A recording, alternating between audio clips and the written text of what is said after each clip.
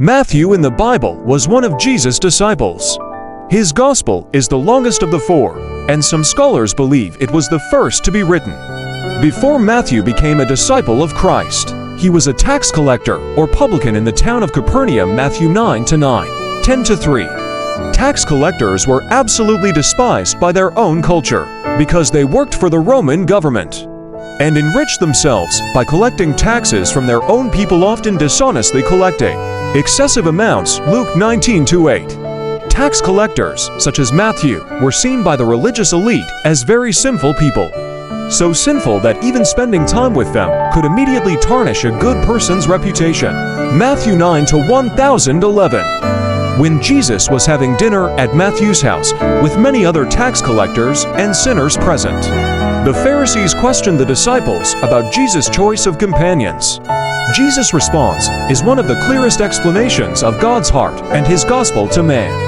It is not the healthy who need a doctor, but the sick.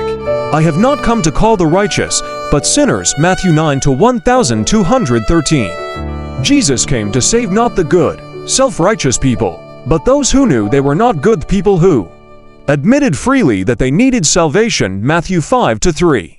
It is impossible to save a person who claims not to need saving.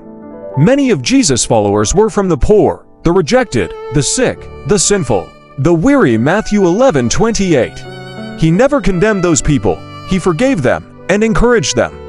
Jesus' harshest condemnations were to the Pharisees, the teachers of the law, and the scribes who thought themselves good, worthy, and better than the tax collectors and sinners around them. Matthew 9-10, 23-1315. Matthew was one of the tax collectors whom Jesus saved. When called by Jesus, Matthew immediately left his tax collection booth and followed the Lord. Matthew 9-9. He left behind the source of his riches. He left his position of security and comfort. For traveling, hardship, and eventual martyrdom, he left his old life for a new life with Jesus.